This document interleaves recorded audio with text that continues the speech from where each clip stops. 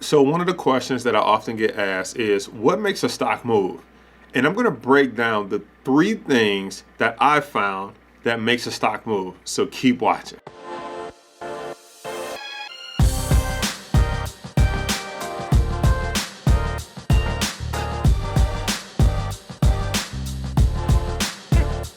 So when you think about what makes a stock move, the first thing is the fundamentals. So what is the fundamentals?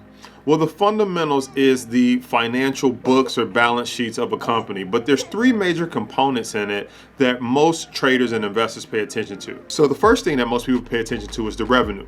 So for example, let's just say Apple sells an iPhone for $1,000 and they sell 10 phones. Well, that would mean $10,000 of revenue. But because they're making revenue doesn't necessarily mean that they're making gross profit. So let's move to the second thing under fundamentals that makes a stock move, which is gross profit. So even though they might have sold 10 phones at $1,000 and brought in $10,000 worth of revenue, the question now remains is, how much did it cost to make that phone? So for example, if it cost them $2,000 to make the phone, but they're selling it for $1,000, yes, they have some revenue coming in, but they're losing 50% on every phone that they sell, which is not a good thing unless they're making the money up somewhere else. On the flip side, if it costs them $500 to make the phone and they're selling it for $1,000, then they're making $500 every phone that they sell. So that's the gross profit. Now that leads us to the third fundamental to research, which is earnings per share. And the earnings per share number is going to tell you after the gross profit. So you got the revenue, which is sales. Then you have the gross profit, which is the money that's made after selling the product when you take out the cost. Then you have the earnings per share, which is with that gross profit, when they subtract out healthcare costs, employee costs, costs for having a building, marketing, advertising, when you subtract out all the costs to actually run the business, what are the earnings per share for that company? Is it positive or is it negative? And those are the fundamentals that makes a stock move and that most investors and stock traders look at when they're making a decision to invest with a company. Now, the second thing that I found that makes stocks move is the technicals. And when you think about the technicals, I want you to think about looking at a stock chart. There's something called support and resistance. And the way that this works is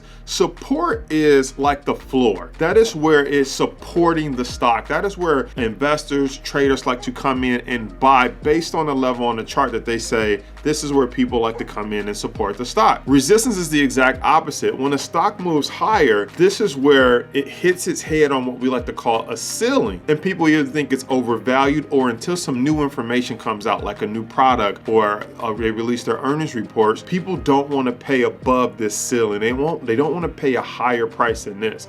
And so when you look at the technicals with respect to a chart, support and resistance are the two key components that typically tells where a stock is going to get bought up at and where a stock is going to get sold off at. So let's talk about the third thing that moves a stock. And that's the practicals. Now, the practicals can come in many different forms, but I want to talk to you about the top three. Number one is life events. So for example, if we go to war tomorrow, that is a life event that will typically drive stocks down. Reason being, people may stop spending money. Maybe we're spending money as an economy on the war, so that's sucking money out of the economy. There's many different factors, but that's a life event that would drive a stock down potentially. The second one is a change in law. For example, we just did a video about cannabis stocks. We'll put a link to that video if you want to check that out. But that is a perfect example of where marijuana is being legalized on a state-by-state basis, and that change in the law is now creating opportunity that has the potential to drive up marijuana stocks. Now, the other practical that can move a stock is the news. So a government shutdown, that is actually a life event in news, right? Because the life event affects